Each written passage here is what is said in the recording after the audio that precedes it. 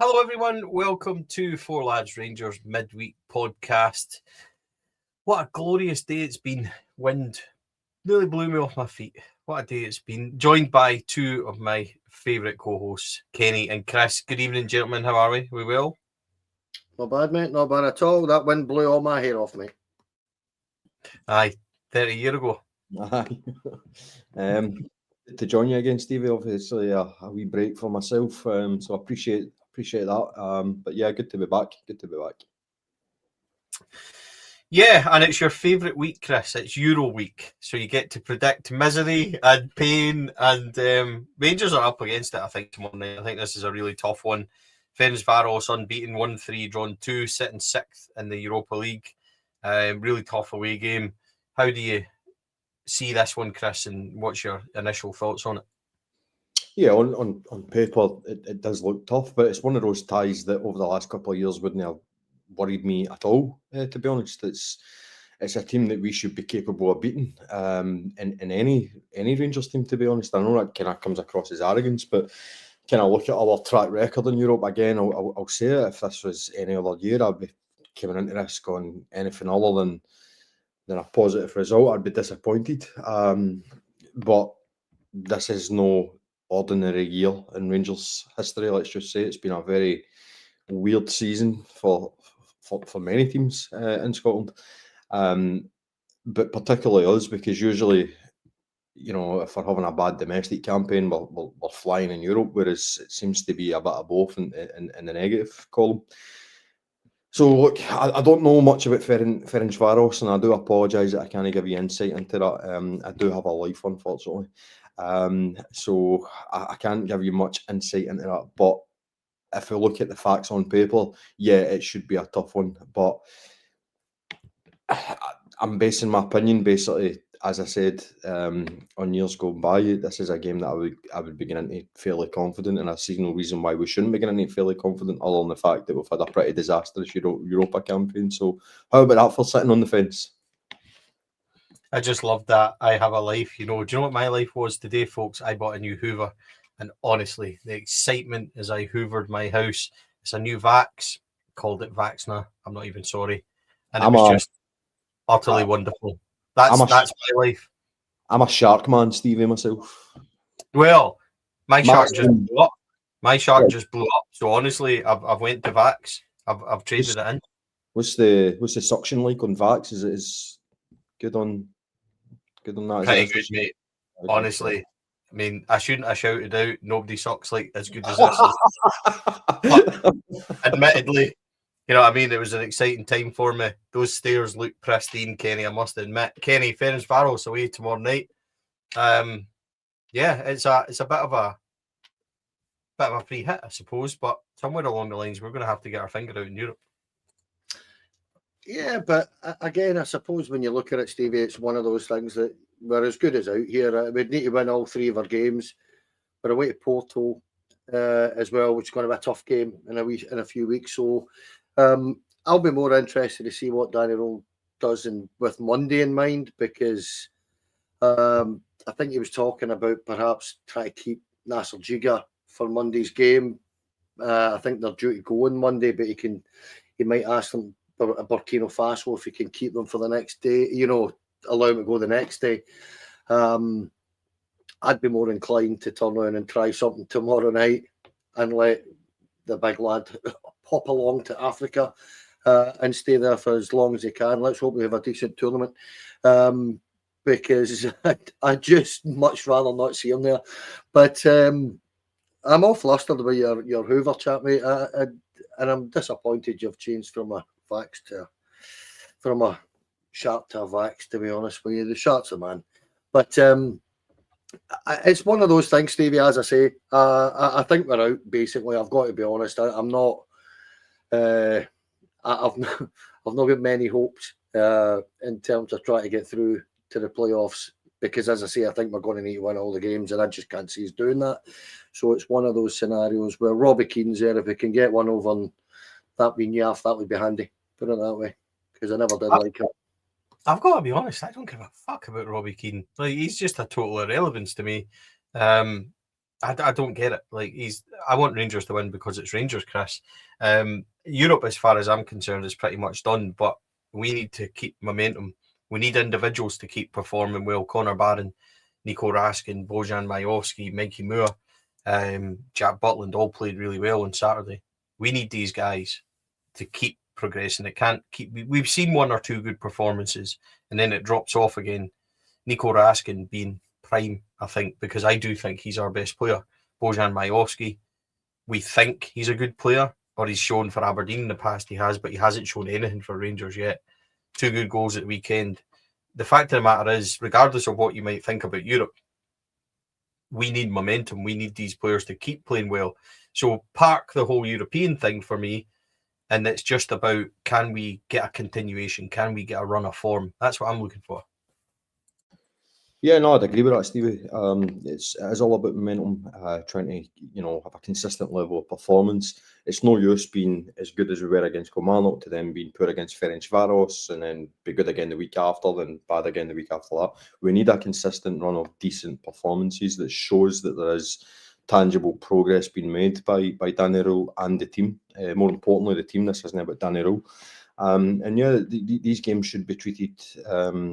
These games should be treated as important games for these players in particular. Whereas in an ideal world, I wouldn't be playing them, but I would rather go with some of the fringe guys. But I think your point about momentum is probably where Danny Rule is going to be with us. The issue I've got with that is, Kenny's still clinging on to that wee tiny bit of hope. We're not quite out yet. You're not declaring us out. I think I'm going to go as far as saying that we are out. So picking up unnecessary, and there's the Friday night ice cream van. It's becoming a tradition. No Friday. Early, is it, Chris? Wednesday. So yeah, picking up unnecessary injuries in this tournament will be quite frustrating.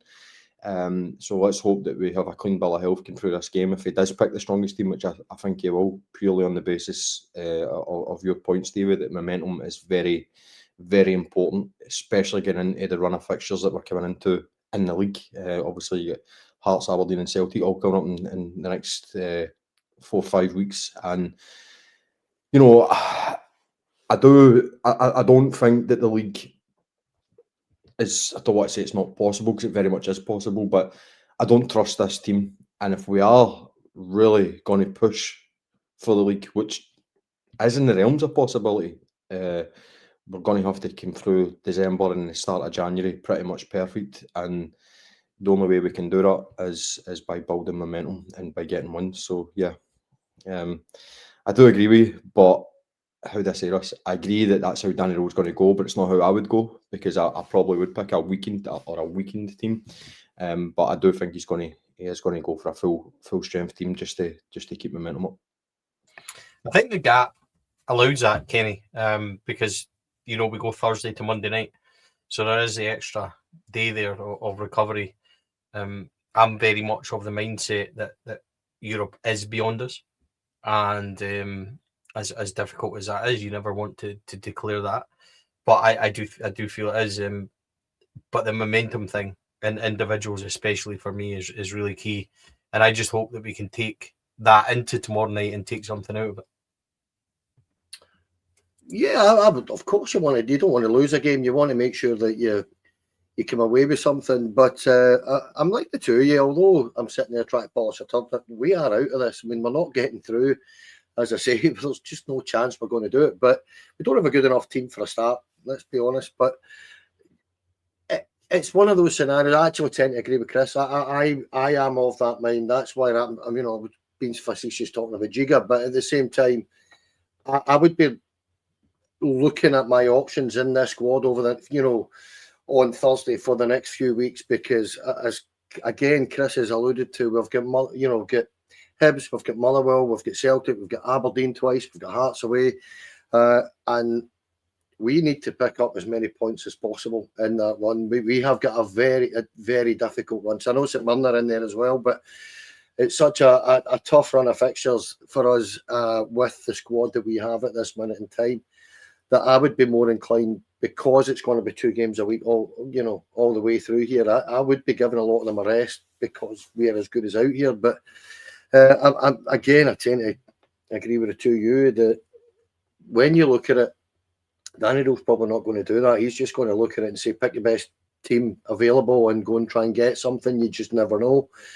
And for momentum, as you guys again have said, I understand that, but this European campaign has been an unmitigated disaster. I mean, it's just been horrible from the Bruges games there on. It's just been even before that, the Pilsen away was an absolute disgrace. So if you look at it from there, we've just been rotten at that level. So there was shoots improvement against Braga. So let's see what he does, mate. But I must admit, I'm with Chris. I would be looking at trying to manage my squad for the coming weeks ahead.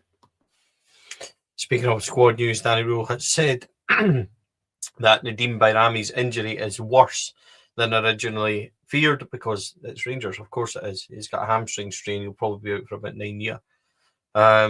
He's had a scan and there's no time scale, but it is a muscle injury. Lyle Cameron has travelled, but as a doubt, he probably wasn't going to get a game anyway because he just hasn't so far. Dujon Sterling has responded well physically to training as well. Rule also says it looks like Nasa Jiga should be available for Monday's game against Hibs before heading to the AFCON. So that's just fabulous. Danny, cheers for that. So that's basically team news ahead of tomorrow night. Nadim Bayrami injury, yeah, I think it's just typically Rangers, isn't it? Chris, you said you would make some changes. I'm keen to know how you would line up and who you would introduce. When you say changes, would you give the likes of Asgard, who hasn't performed well, but we don't have a massive squad, we do have some injuries, so who would you like to see get opportunities then ahead of tomorrow night? Well, my options are pretty limited now after that news that you just delivered there about all the injuries. I think Lyle Cameron was definitely one of them, but obviously that's not going to happen, especially if he's picking up a knock. We'd like to see Curtis, definitely would like to see Curtis. Apart from that, I know I've said I'd played some of the fringe boys, but we're pretty much down to the bare bones almost, especially defensively.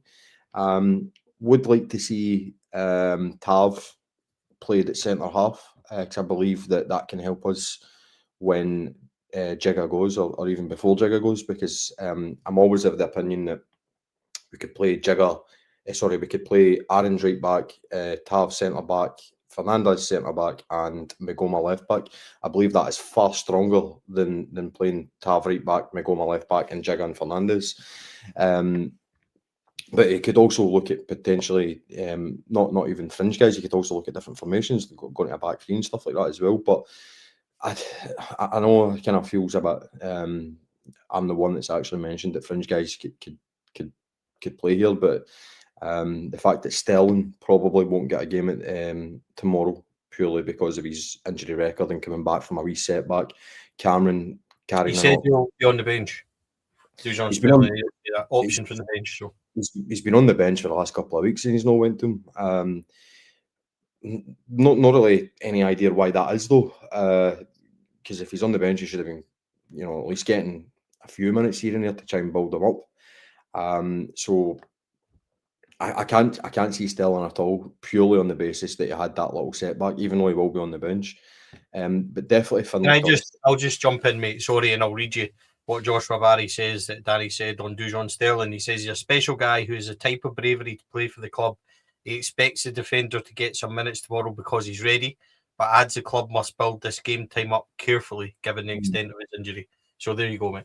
Right, so there's a chance then. Or pretty much confirmation. No, I'm happy with that.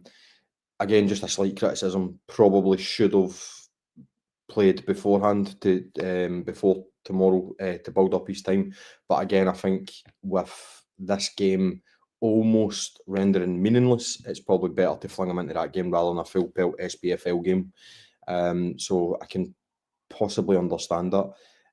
In terms of, your shout about Asgard and stuff like that, and even Chermiti, I just think these guys need to earn a starting position, and they've not earned it. I don't want to give jerseys away for the sake of giving jerseys away. I really don't. They've not done enough for me, and that's why there's such a loud voice within the Rangers support for Finlay Curtis, for Lyle Cameron, because these guys are not getting an opportunity over these big money signings. And why is that? You know what I mean?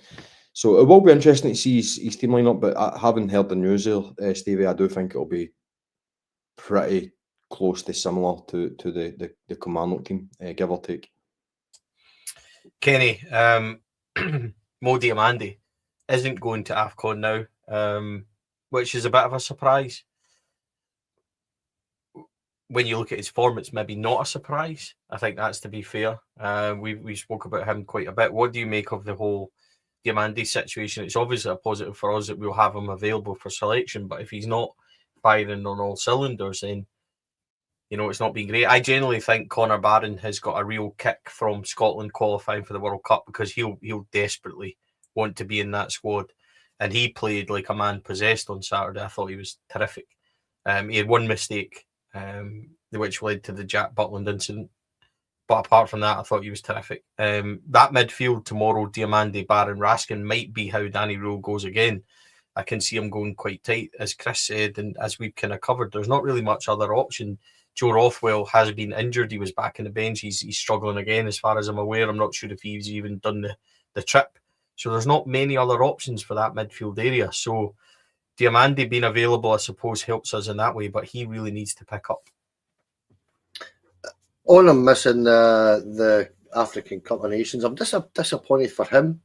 I mean, that will be a surprise to me, I would imagine, because he's pretty much been in most of those squads for the last couple of years. So that's a shame for him. However, I'm with you. I think in terms of the quality of his play or his form, whatever way you want to put it, he's been pretty poor, and he's been reckless. And we've seen him being reckless. I think he's been sent off a couple of sick times this year. Could have get sent off again. Of course, sorry, my bad. Andrew's right. Dio is suspended. Of course, he got sent off against Braga, didn't he? So he won't be in the squad for tomorrow. But he is sent off against Braga. Yeah, that's my fault. Complete brain fart. We actually missed it on the vlog as well. It was a total Chris Kamara moment. It was sent off. But so my bad. Well done, Andrew, for flagging that. But again, that for tomorrow really does restrict our options, because I know Mikey Moore is just back. I don't know if he'll start either. You're looking at probably having to start Tello Asgard, who doesn't merit a place in the starting 11 at all for me. He just doesn't. He's just not. He's not fronted up, if you want to put it that way. He's not taking any responsibility. He's not doing anything overly creative. So it's going to be a difficult one, because I don't see him starting Mikey Moore tomorrow because of his lack of minutes over the last few weeks as well.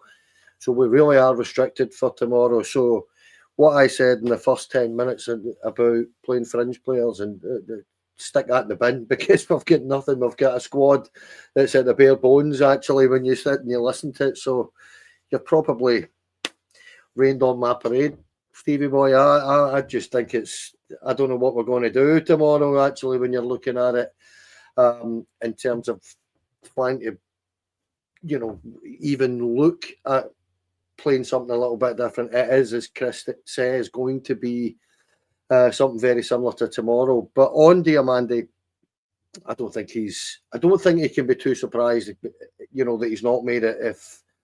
If you look at the quality of the Ivory Coast squad, they've got some tremendous players, and if he's not playing well enough, they don't need to concern themselves. They'll have about 15 proper decent midfielders, mate, that can take his place. So disappointed for him, but not overly surprised. And the only benefit of that is if we can get a bit of form out of him during the rest of this month, the start of next month, then all the benefit for us. But disappointed for him.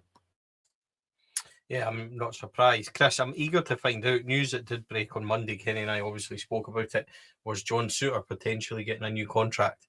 I'm quite excited because I know how you're going to react to this. So what do you make of the the John Souttar news. It was met. Well, I must admit, comments from the podcast were pretty much that John Souttar is not good enough and he should be out. So Kenny and I had our say on it. I'm interested to see where you are.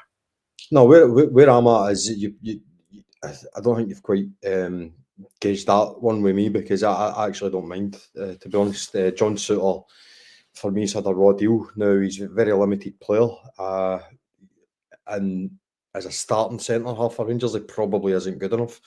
Is he serviceable? I definitely believe he is. He's not going to cost a fortune. He's going to tick a quota, and we're going to get,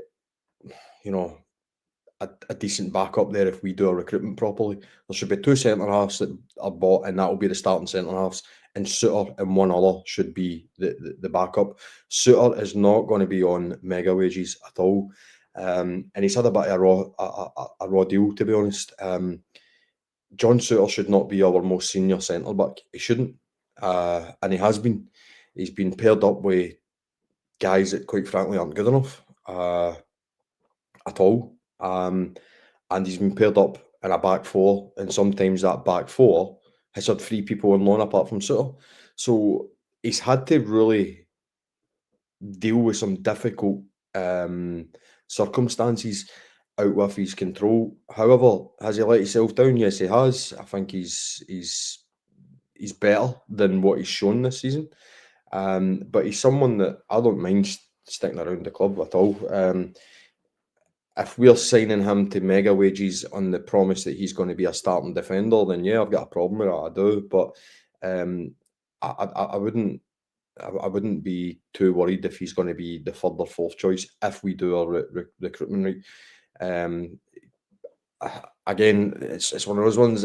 I think I see John Souttar differently to everybody else, because I can see the good in him, and I think he was. This is the problem under Clermont and Beale. I thought Souttar was okay. I thought he'd done a decent enough job, but I genuinely believe Russell Martin fitted him up.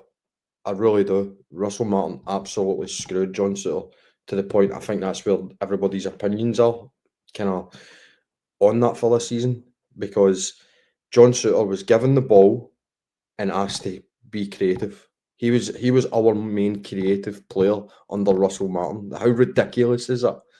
And since then, his confidence has been shot to bits. And yeah, I'm going to come to a bit of defence to Souttar here, because it's been a bit unfair. I'm not excusing his performances. I think they have been bad, but there's a lot more to us. There's a lot more to us. He was basically asked to be, don't want to say Zinedine Zidane, but he really was asked to be the main guy to start our attacks for the first 2-3 months of the season, which is just ridiculous.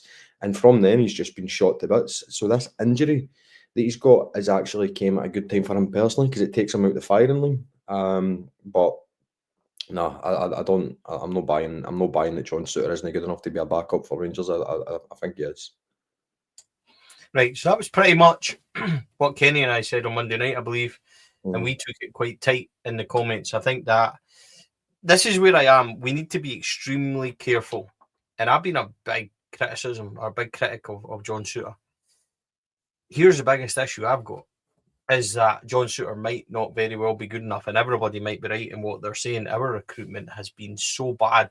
What's to say we're going to go and improve on John Souttar? And if Chris is right, and I think that Chris is right, and Kenny and I said this as well, John Souttar sticking about to be 4th choice centre half at Rangers isn't really a bad thing. It isn't really an issue, and it should be where we're at.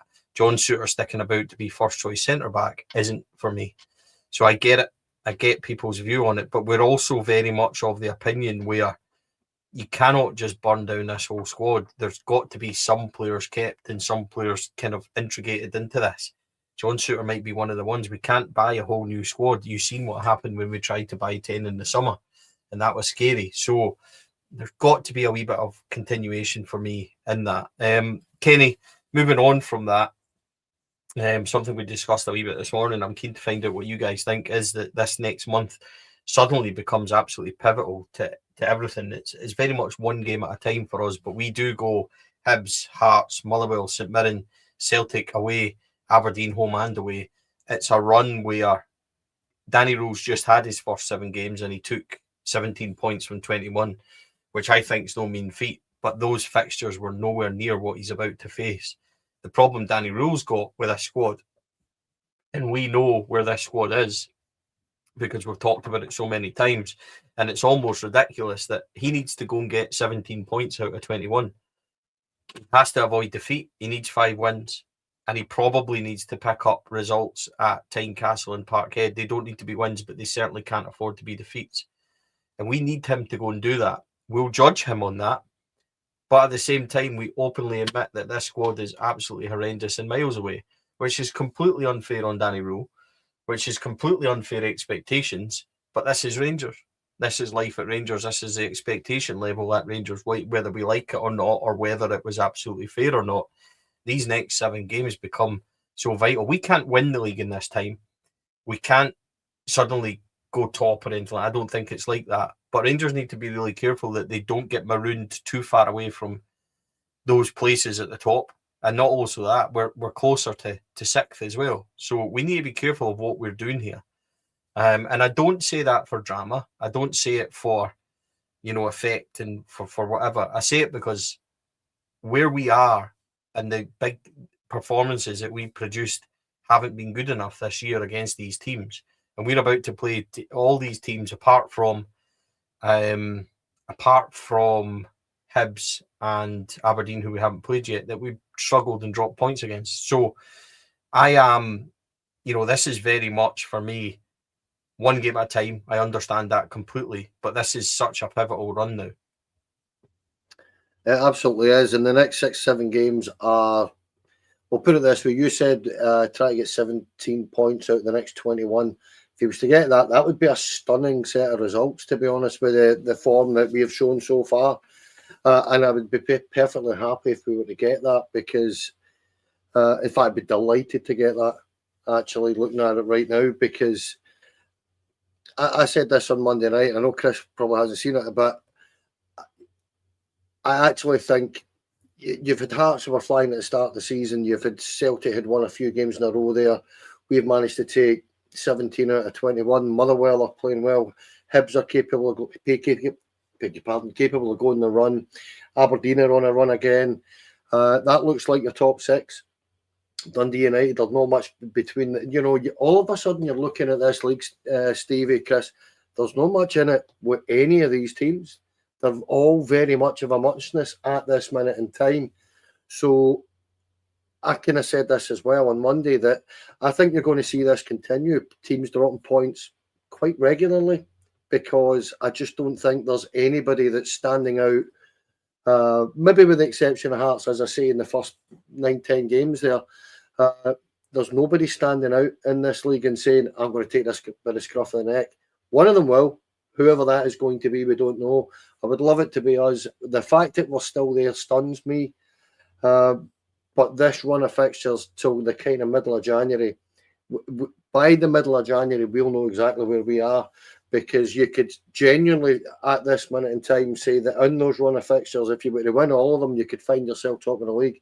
If you have a poor run of fixtures, Stevie, you could find yourself 7th. That's how tight this is at this minute in time. And if we get caught adrift, that's my fear. My big worry for this is I think it's absolutely imperative for us, financially more than anything else. We have to finish in the top 2. We don't have any choice. If we don't finish in the top 2, it's Conference League football, unless we go and happen to win the Scottish Cup.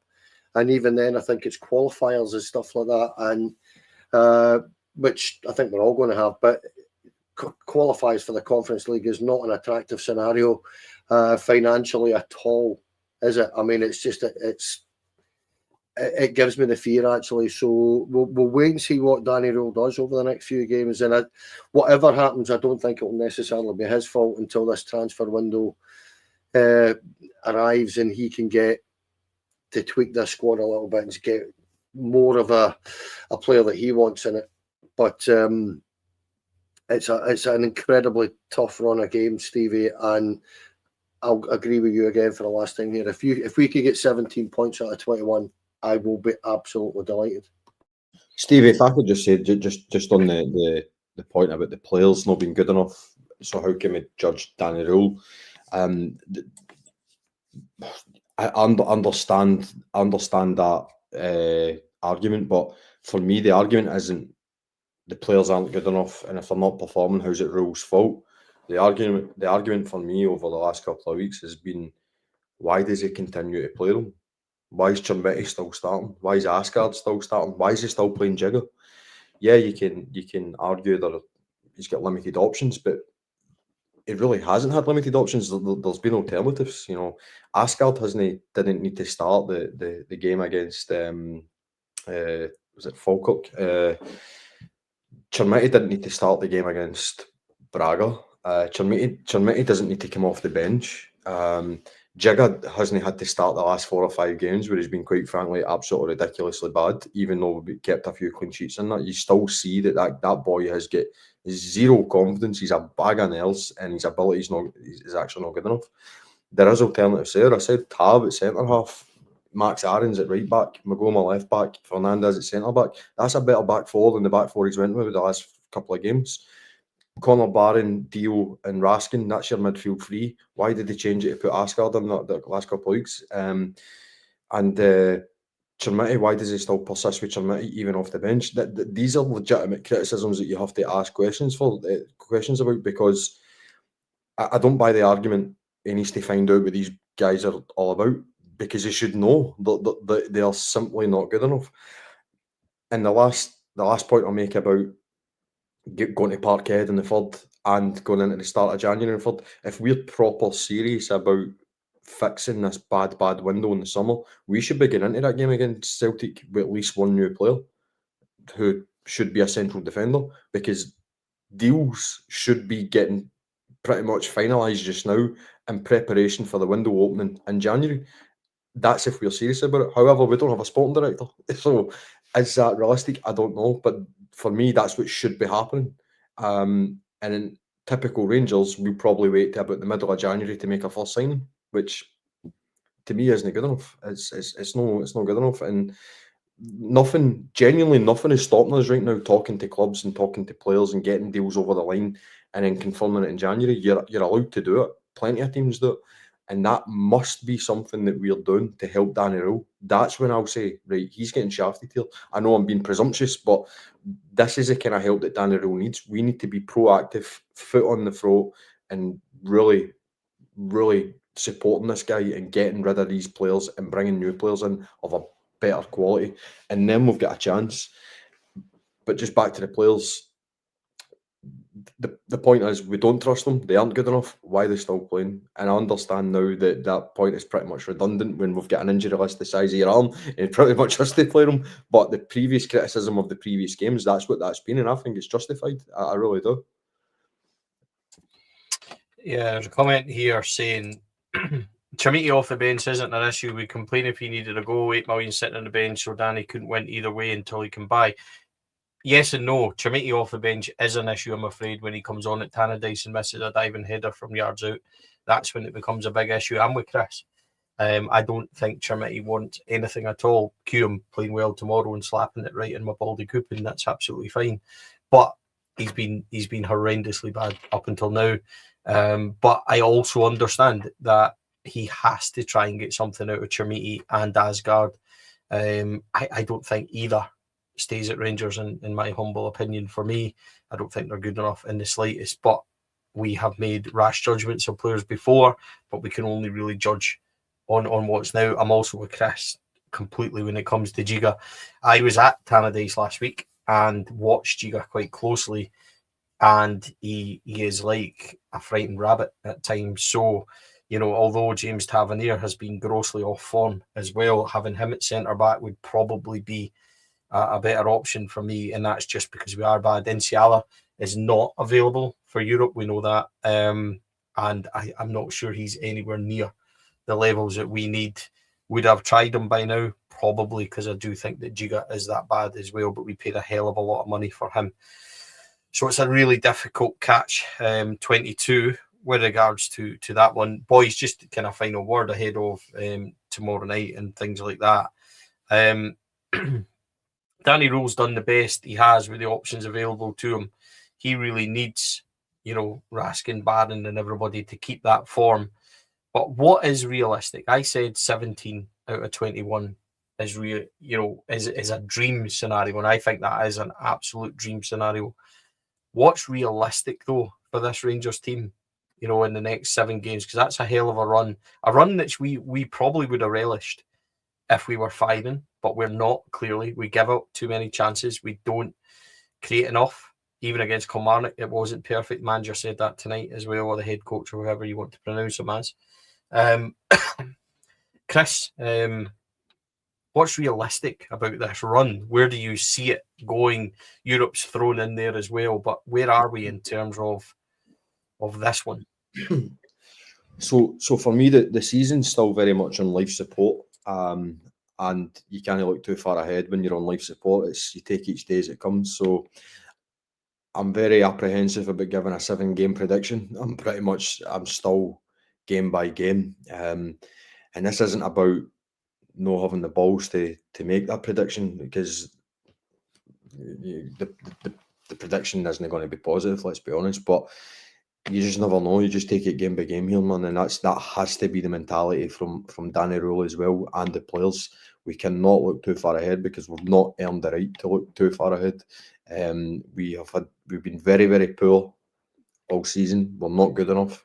The players aren't good enough, but there's still enough there to have a positive outcome here. I just cannot predict these 7 games. Do I think we're going to win seven games out of 7? No, I don't. Do I think we're going to lose more than we'll win? No, I don't. Do I think there's going to be somewhere in the middle? Yeah, probably. Aye. What I will say is, unfortunately, and yeah, I'll probably get stuck for this, but we will get beat at least one in that 7 games. We will not go through that 7 games undefeated. There is not a chance. I just can't see it. And I'm sorry to be negative, but there is no chance this team can go through these 7 games, Parkhead, Pittodrie, Tynecastle, and not get defeated. And unfortunately, that's just the reality of this current Rangers team. That's why changes need to be made in pronto. Yeah, I don't think that's unfair. I think that's perfectly realistic, or trying to be realistic with that. I said 17 out of 21 would be an absolute dream scenario. It is. It's probably a scenario that Danny Rule needs if we're really going to kick on and really want to try and be in amongst where we are. Kenny, how do you see this going? I'm somewhere where Chris is. I think probably somewhere in the region of 13, 14 points. With I can see 4 wins, or I would hope. I can't see 4, but I would hope 4 or 5 wins in there, and you just 4 and a couple of draws and that defeat Chris is talking about is maybe more realistic.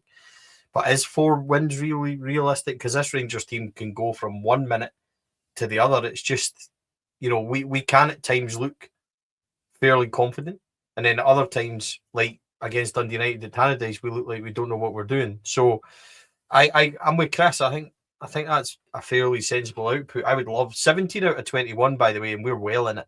We're absolutely well in it come January. And if we properly act like Chris is talking about in January, then it's all there for us. We need to go and impact that. But I'm also with Chris in terms of you take 1 game at a time and just going with it. And I don't think that's sitting in the fence. I think that's just realistic in terms of what we've seen, because we need momentum. You go and beat Hibs, which is a big game. It knocks the stuff in a wee bit. It's a wee warning.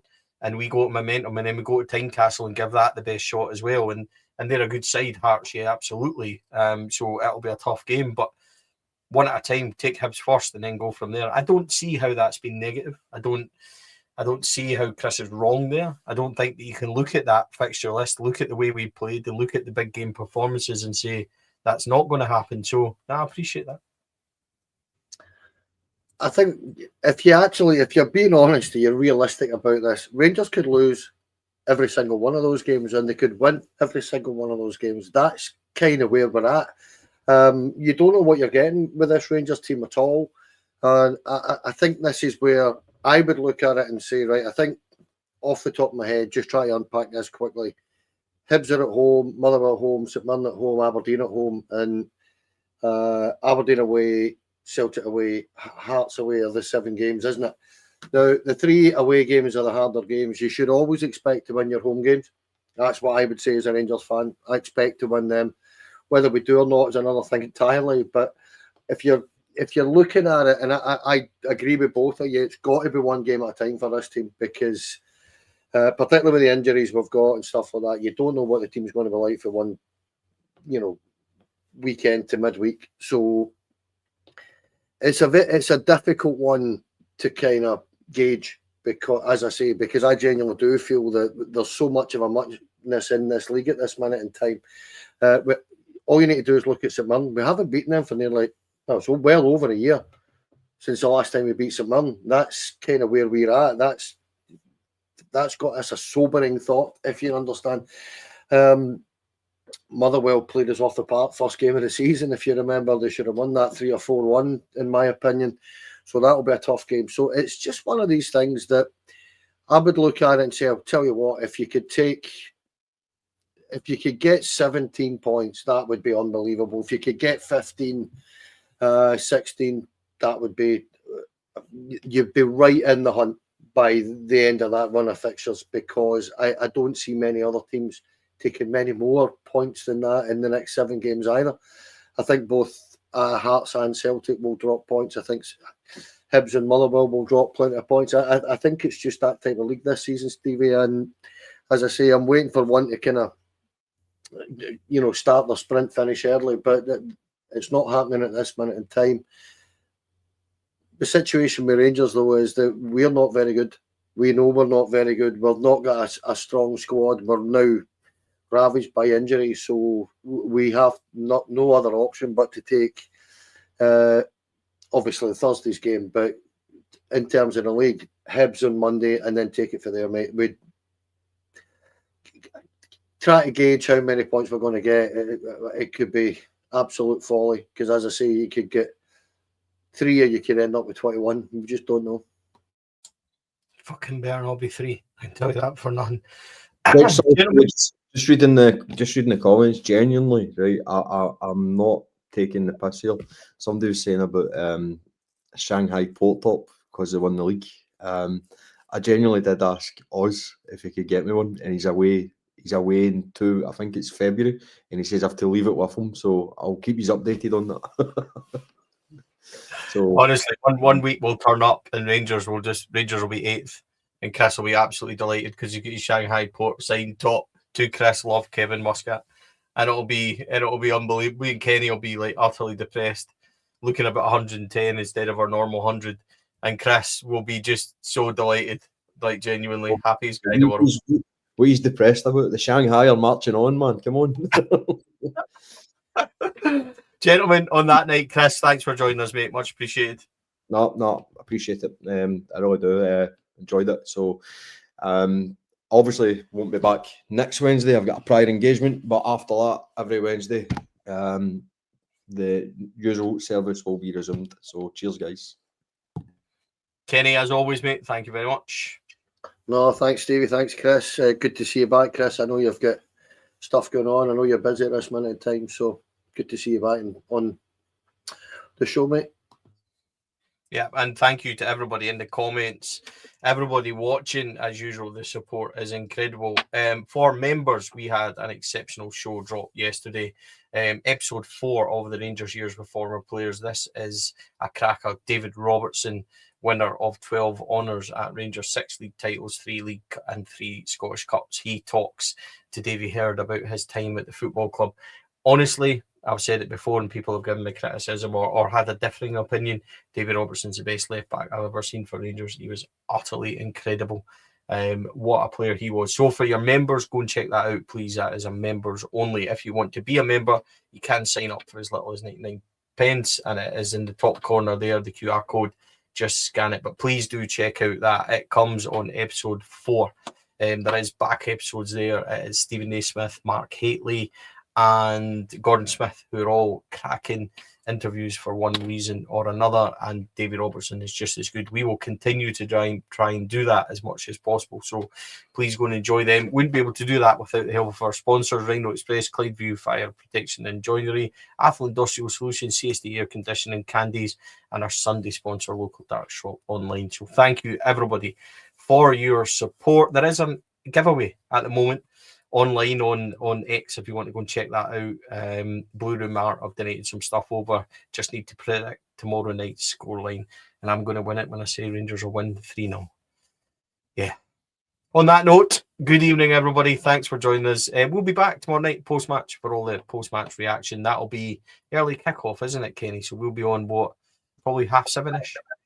So probably closer to 8, isn't it? 5:45 kickoff.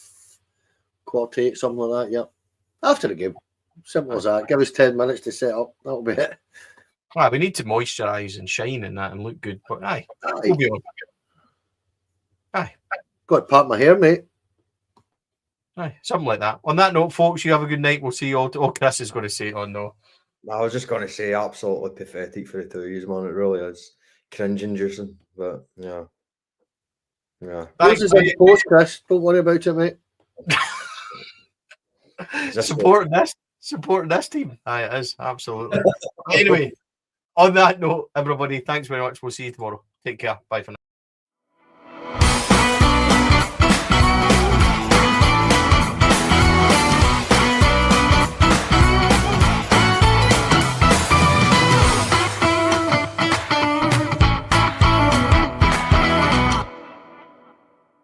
The Four Lads podcast is sponsored by Rhino Express, Clydeview Joinery, Athol Industrial Solutions Limited, and CSD Air Conditioning, in partnership with Black Rooster and Art of Gold. Thank you for listening to or watching the podcast. We hope you enjoyed the show.